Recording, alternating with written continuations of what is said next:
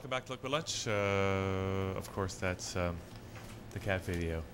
And we're here now with Cheryl Rankin from Fit for Business. And Cheryl, great to have you back on the show. Thank you. And so today we're going to be talking about marketing plans, right? And it's so timely that you should be coming in because probably everybody's writing a marketing plan right now. It's September, everybody's back to work now, right? And it's so important to get your marketing plans in place. Yes, but unfortunately a lot of people just jump into their business and then start going, and they jump around as far as their marketing goes because they hear all these totally amazing deals. You know, oh, I can put coupons in an envelope in the mailboxes.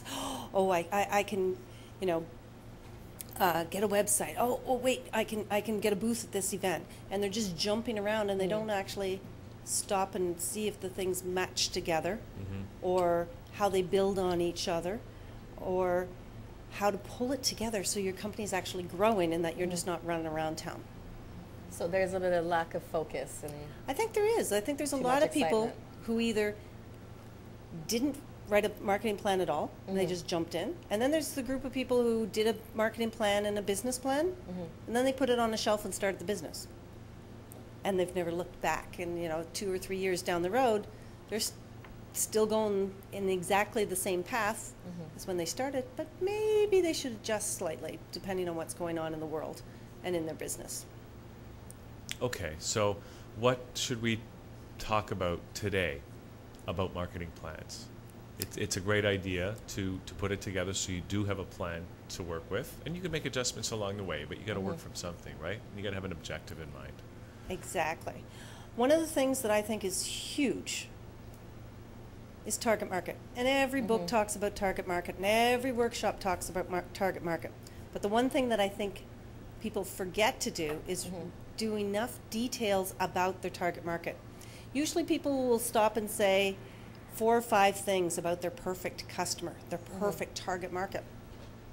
But you need to actually write about 20 things down, because around 13 or 14 is when the magic happens, and you'll think of neat messages for your target market, or you'll think of free ways to market to them because you've got so much information about them that now it's easy. And you don't have to spend thousands of dollars on different things. So, I mean, quick example, you know, somebody says, I'm a personal trainer, and my customers are ladies, they're over 40, they like to eat healthy, they used to be athletes, they're moms, and they go, done my target market. They don't have enough information. So that's not enough. So you're saying not enough. Write down the attributes of your target market. But keep going, all the way to 20 things. So you're going to write down, are they stressed out? Do they go on the internet? Do they read the newspaper cover to cover? What other details can you find about your target market? And same example, personal trainer, they get to number 13 or 14. And this is a real example from one of my customers. She said, everybody buys their food at Susie's health food store. I went, oh, cool. So what are you doing with Susie? Nothing. Have you met Susie? No. Have you been to Susie's health food store? No. Have you been to Susie's website? No. If you had 20 personal training customers and 18 of them shopped at Susie's health food store, your next customer is probably coming from Susie's health food store. So therefore, how do you take advantage of that? Can you exchange articles for the newsletters? You take a Susie's article, can you put your personal training article in? Can you post things on the bulletin board? Can you hand out coupons? Can you share a table at a community event? All of a sudden, there's all kinds of ideas that cost nothing. But when you did the target market originally, you didn't have that information because you stuck to the first 4 or 5 things. I'm putting myself in the shoes of someone actually going through that process, and I'm thinking, I don't know if I could come up with, I mean, what was that one you said, reads the paper cover to cover?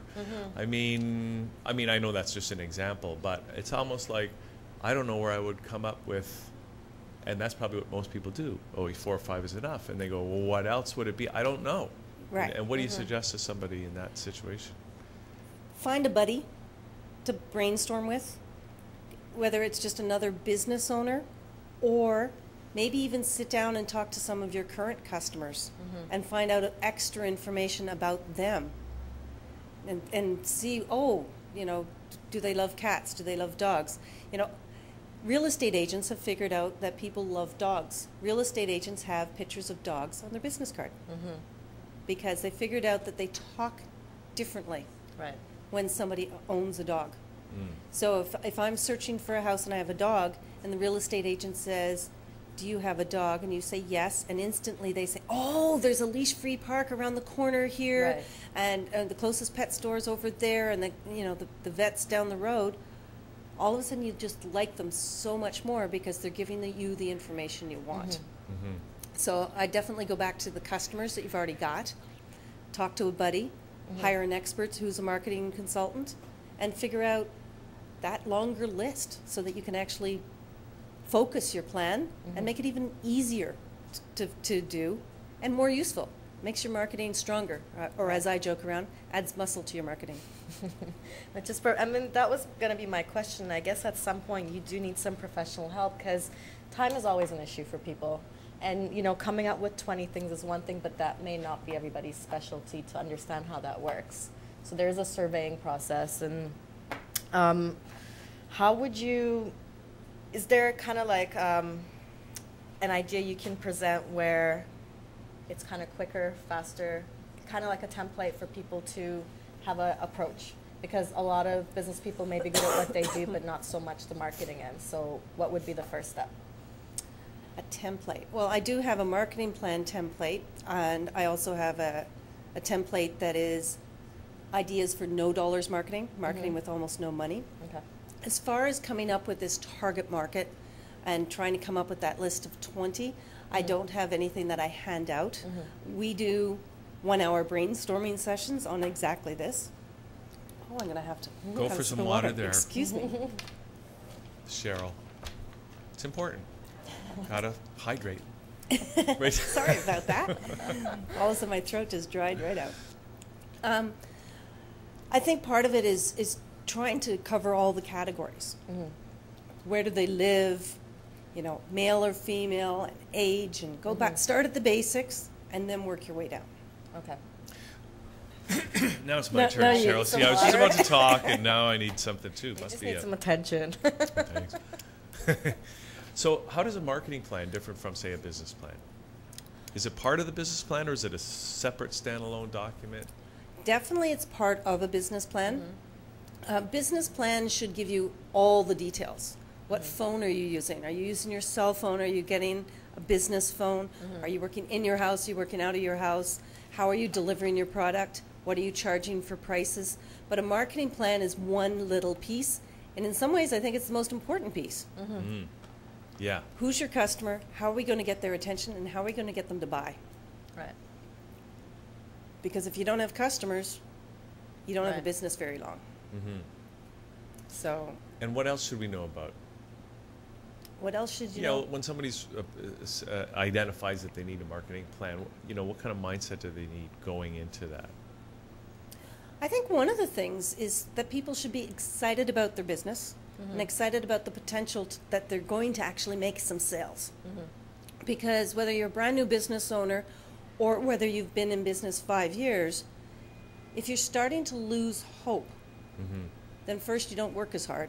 But second, when you meet people or even when you're sending emails, they just come across as sort of neutral. Right. And who wants to buy from somebody that's neutral or sad or depressed or something or stressed out? You know, if you go into a sales meeting and you know you need this sale or you can't pay your rent, you're going to be all stressed out and you're going to do a horrible job. Right. So I think one of the things is the marketing plan is going to give people the hope and the excitement for the business. And in the long run, it sort of builds on each other. And I think that's part of the magic, is because then things happen. And I Good guess, things happen. Yeah, you got to keep it realistic too, so you can be excited. You have to believe what you're doing, or else people see right through it, obviously. So. Well, that's the real reason for being in your business for yourself, is that Right. you're doing something that you love, right? Usually, Ideally, right? almost Tell us about everybody. it, Hugh. How is it? Huh?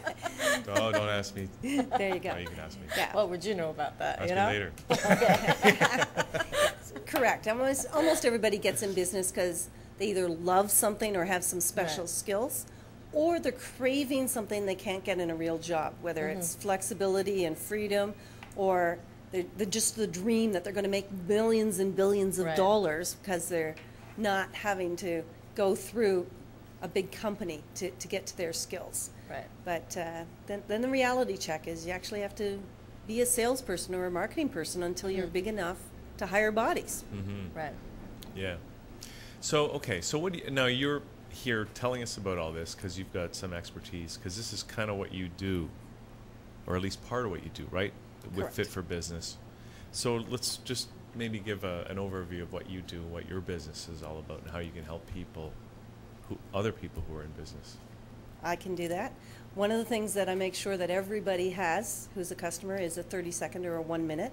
And that's really important because when somebody asks you, what do you do? You've got to have an answer. Yeah. So my 1 minute is, I'm Cheryl. My company is Fit for Business, and we are business consultants, and we help your business grow to the next level. I tend to joke around and compare us to personal trainers. A trainer would design a custom program for you. It's going to be based on your goals, your budget, your injuries. That's what we do for companies. We shape up their sales, we add muscle to their marketing, we tighten their budget, we make their business healthier. Whether they need a business card, a business plan, or something in between, come talk to us. We'd love to help you grow to the next level. I'm Cheryl. My company is called Fit for Business. That's great. That's great. And are you in Toronto? I'm Or- based in Mississauga, but I Okay. go everywhere. I've got customers in Whitby and Barrie and Hamilton and all Wow. over the place. all around the GTA, and I even have a customer based in England. oh my It's my goodness. one and only international customer. That's great. You get to write off all your transatlantic flights, right? I haven't been there yet. He comes here, actually. That's great. it's pretty Is there cool. anything else that you want to let us know about the marketing plans that people should know today? Write it down. It's Write much it down. easier to have an action plan and get things done if it's Yeah. written down, and maybe put a few dates in there, depending on what you're doing. You know, I'm going to do a newsletter once a month. Well, put it on the calendar. You know, it makes it a lot easier. Maybe you should have it up there, above your computer monitor too, just as a constant reminder. This is what I'm working on. Right? Exactly. Exactly. Okay. Great. great. Thanks, Cheryl. So if people want to get in touch with you and get you to help them with their businesses and stuff, what's the best way for people to do that? My website is fitforbusiness.ca, so it's FITFOR business.ca. And my phone number, if people prefer to just phone straight through, is 647-287-0320. I am on Facebook, LinkedIn, Twitter, and giving out lots of free tips that'll help people grow their business. Fantastic. So hopefully everybody can have a lot of fun with their business and grow it to the level they want. Can they That's just great. click on the Twitter link from your website? Oh, you're making me think. I'm I don't just- think the Twitter is on the website. See, because the Uh-oh. Twitter, that's the way to go now. I Yeah. hear, apparently. So I do I have don't- Twitter. Now I have to backtrack and put a link on the website. That's All awesome. right. Okay. Thank you for the Cheryl, tip. Thanks for coming in again. Great to see Thank you again. you. Thank you very much, guys. Okay. So let's take a little break. And we'll come back with Kim Kuchar from Step Ahead Online as Liquid Lunch continues on a Friday. We'll be right back.